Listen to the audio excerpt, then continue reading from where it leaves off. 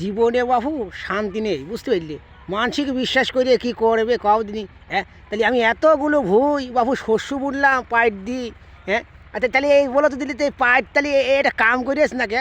এই জায়গায় জায়গায় শস্য বলা তাহলে এটা কোনো কথার কথা? তাহলে কত দিনই তাহলে কত আমার যাত্রা একটা ক্ষতি করে ফেলে নাকি? জায়গায় জায়গায় শস্য বলা দেখেন, আপনি দেখতে পাচ্ছেন জায়গায় জায়গায় শস্য নেই কি হয়নি? তাহলে তাহলে এ বুনার দোষে বাবু কতদিন তাহলে তাহলে এটা ক্ষতি আমার করে আসতে তাহলে কতদিন তাহলে এই বুনার দোষে পাকা বুনার দোষে বাবু হয়ে যায়। হ্যাঁ, বুঝতে পারলি কথাটা?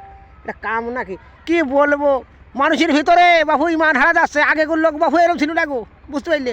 আগে আমরা বাপ দাদালে আবার লোক দেখিস গো একটু কাম বাবু ধরাও করে গিয়েছে। আর এখনকার লোক বাবু এরকম না গো, যা লোকের বাবু ইমান নেই। আরে ইমানটা হবে কোনতে? লোক বাবু সুতাকে এখন খাসে ঘুষ, সুতাকে খাচ্ছে সুদ।